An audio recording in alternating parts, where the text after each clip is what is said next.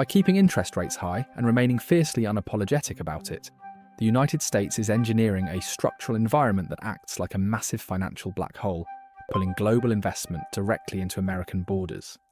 To understand the sheer gravity of this vacuum, you have to look at the immense scale of the global players involved.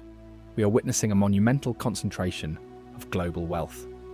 The United States continues to dominate the world stage, boasting a staggering gross domestic product of $25.4 trillion. Across the Pacific, China remains a formidable industrial powerhouse, maintaining an output of $17.9 trillion.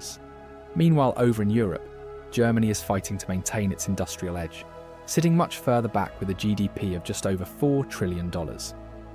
When American interest rates yield high, safe returns, international capital floods out of struggling economies and pours straight into the US dollar. Financial markets are already pricing this in. Trading desks indicate an 83% probability of further tightening by December. Combined with recent geopolitical tensions, including threats from the US presidency regarding the Iranian ceasefire, investors are flocking to safety, pushing the dollar to an absolute 2-month peak and draining liquidity from foreign currencies like the Japanese yen. This capital flight has devastating consequences for emerging markets.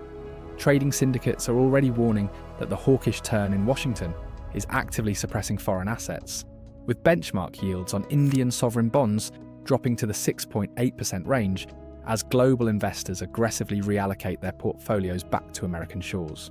But this engineered American boom comes at a steep, long-term price. The foundation supporting this massive capital influx is built on historic levels of leverage.